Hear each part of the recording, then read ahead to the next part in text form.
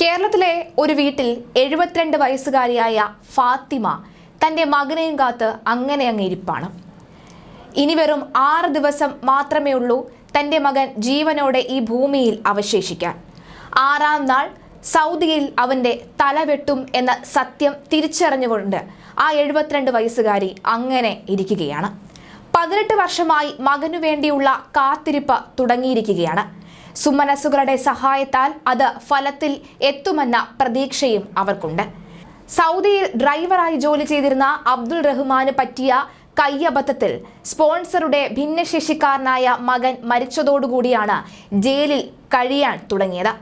നിരന്തരമായ ഇടപെടലുകളെ തുടർന്ന് 34 കോടി രൂപ മോചനദ്രവ്യമായി നൽകിയാൽ ശിക്ഷ ഒഴിവാക്കാമെന്ന കുടുംബം ഇതിനോടകം തന്നെ സമ്മതിച്ചു കഴിഞ്ഞു.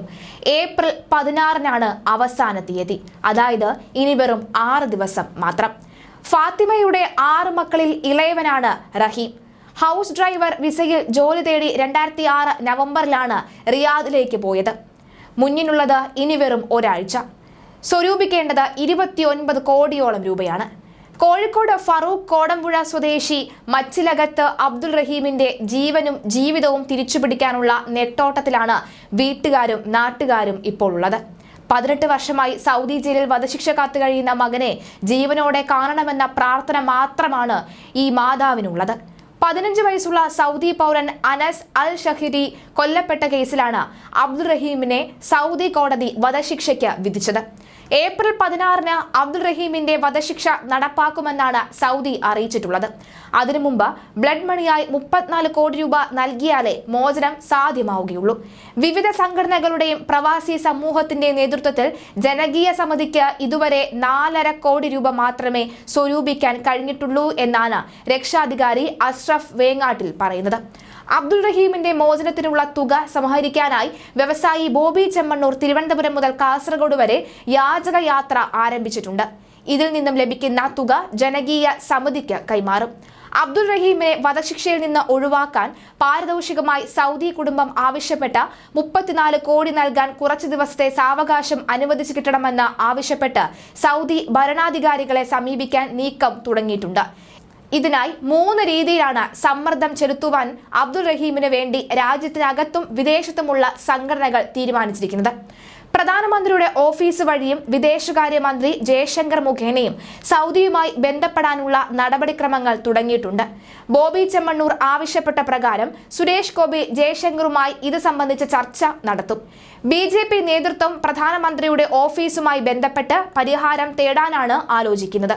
കൂടാതെ റിയാദിൽ പ്രവർത്തിക്കുന്ന 60ഓളം സംഘടനകൾ സംയുക്തമായി പണം നൽകാനുള്ള സമയം നീട്ടി നൽകണമെന്ന് ആവശ്യപ്പെട്ട് സൗദി ഭരണകൂടത്തിന് അപേക്ഷ നൽകും. വിധി നീട്ടാൻ വേണ്ട നടപടികൾ സ്വീകരിക്കുന്നതടക്കമുള്ള കാര്യങ്ങളിലാണ് സുരേഷ് ഗോപി ഇടപെടുക. കേസുമായി ബന്ധപ്പെട്ടുള്ള വിശദ വിവരങ്ങൾ സുരേഷ് ഗോപി തേടിയിട്ടുമുണ്ട്.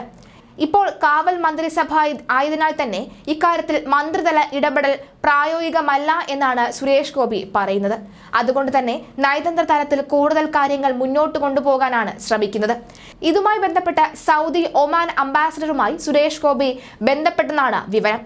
ശിക്ഷ നടപ്പാക്കുന്ന തീയതി നീട്ടിക്കിട്ടാനായി ഇന്ത്യൻ എംബസി മുഖേന സൗദി അറേബ്യയോട് അപേക്ഷിച്ചിട്ടുണ്ട്.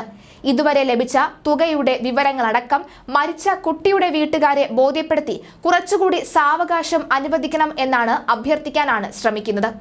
ഏപ്രിൽ 30 വരെയെങ്കിലും തീയതി നീട്ടി നൽകണമെന്ന് ആവശ്യപ്പെട്ടിട്ടുണ്ട്. ഇതിനു പുറമെ സാമ്പത്തിക സഹായം ആവശ്യപ്പെട്ട് നോർക്കയോടും ലോക കേരള സഭയോടും ആവശ്യപ്പെട്ടിട്ടുണ്ട് എന്നും അഷ്റഫ് വേങ്ങാട് പറയുന്നു. 2006 ഡിസംബറിലായിരുന്നു അനസിന്റെ മരണം. ഡ്രൈവർ ജോലിക്കായി അബ്ദുൾ റഹീം റിയാദിലെത്തി 28ാമത്തെ ദിവസമായിരുന്നു ഇത് സംഭവിച്ചത്. റഹീമിന്റെ സ്പോൺസറായിട്ടുള്ള ഫായിസ് അബ്ദുൾ റഹ്മാൻ അൽ ഷഹീരിയുടെ മകനാണ് അനസ്. ചലനശേഷിയില്ലാത്ത അനസിനെ ശുശ്രൂഷിക്കലായിരുന്നു അബ്ദുൾ റഹീമിന്റെ പ്രധാന ജോലി. കഴുത്തിൽ ഘടിപ്പിച്ച പ്രത്യേക ഉപകരണത്തിലൂടെയാണ് അനസിന് ഭക്ഷണവും വെള്ളവുമെല്ലാം നൽകിയിരിക്കുന്നത്. അനസുമായി ഹൈപ്പർ മാർക്കറ്റിലേക്ക് വാഹനത്തിൽ പോകുന്നതിനിടെ ട്രാഫിക് സിഗ്നൽ ലംഘിച്ച് പോകണമെന്ന അനസിന്റെ ആവശ്യം നിരസിച്ചതിന്റെ പേരിൽ റഹീമുമായി കുട്ടി വഴക്കിട്ടു. പിൻസീറ്റിലിരുന്ന കുട്ടിയെ കാര്യം പറഞ്ഞ് മനസ്സിലാക്കാൻ തിരിഞ്ഞപ്പോൾ പലതവണ അബ്ദുൾ റഹീമിന്റെ മുഖത്ത് തുപ്പി. തടയാൻ ശ്രമിച്ചപ്പോൾ അബ്ദുൾ റഹീമിന്റെ കൈ അബദ്ധത്തിൽ അനസിന്റെ കഴുത്തിൽ ഘടിപ്പിച്ചിരുന്ന ജീവൻ രക്ഷാ ഉപകരണത്തിൽ തട്ടി. ഇതോടെ കുട്ടി ബോധരഹിതരാവുകയായിരുന്നു. ഏറെ നേരം അനസിന്റെ ശബ്ദം കേൾക്കാതിരുന്നപ്പോൾ സംശയം തോന്നി നോക്കിയപ്പോഴാണ് ചലനമില്ലാതെ കിടക്കുന്നത് കണ്ടത്. ഇതോടെ ഭയന്നുപോയ അബ്ദുൾ റഹീം സൗദിയിൽ തന്നെ ജോലി ചെയ്തിരുന്ന മാതൃ സഹോദരപുത്രൻ മുഹമ്മദ് നസീറിനെ വിളിച്ച വിവരം പറഞ്ഞു. പിന്നീട് ഇരുവരും പോലീസിനെ വിവരം അറിയിക്കുകയായിരുന്നു. തുടർന്ന് നടന്ന വിചാരണയിലാണ് അബ്ദുൾ റഹീമിന് വധശിക്ഷയും നസീറിനും 10 വർഷം തടവും കോടതി വിധിച്ചത്.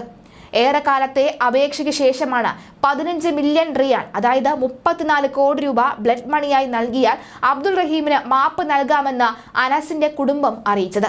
18 വർഷത്തിനിടെ കുടുംബാംഗങ്ങൾക്ക് ആർക്കും അബ്ദുൾ റഹീമിനെ കാണാനോ സംസാരിക്കാനോ കഴിഞ്ഞിട്ടില്ല എന്നും ബന്ധു മുഹമ്മദ് നസീർ തന്നെ പറയുന്നു.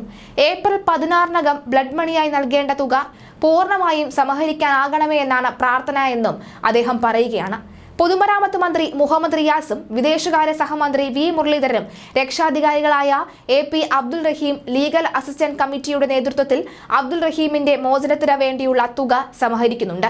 ഇതിനായി federal bank, ICID bank, state bank of India എന്നിവിടങ്ങളിൽ അക്കൗണ്ട് തുറന്നിട്ടുമുണ്ട്. സംസ്ഥാനത്ത് ഇതുവരെ 8 കോടിയാണ് പിരിച്ചെടുക്കാൻ കഴിഞ്ഞത്.